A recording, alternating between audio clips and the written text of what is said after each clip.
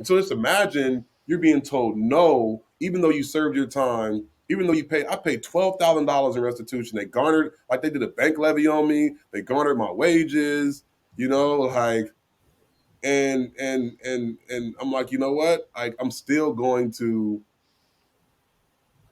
thrive. I'm still going to smile.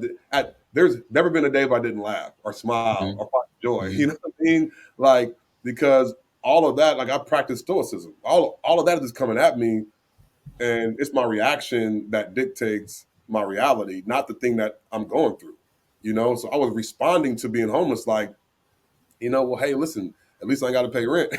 you know, Yeah. like that was my response. And people are like, yo, why are you so resilient? I'm like, because it's not what happens to you, it's how you respond to it. Things are going to happen, it's how you respond to it. I had a debilitating stuttering from age whatever to like when I was 12 years old. Like it didn't stop me.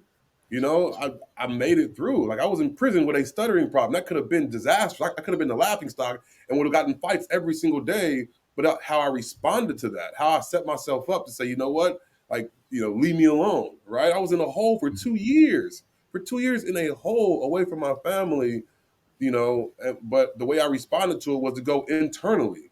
Then when I got out and was told no for 3 years, then moved and was homeless, like, that could have broke somebody. I could have been like, Mhm. set me on a path of substance abuse and mental health problems. But the way I responded to it was like a level of resilience. And I do think that the basis of all of this was growing up with a debilitating stuttering problem and being able to be resilient with that, because it's so hard to be a kid and not be able to articulate yourself. That's how you gain friends. That's how you figure out if you're valued or not. That's how you figure out if you're smart, like all self Mhm. confidence and Mhm.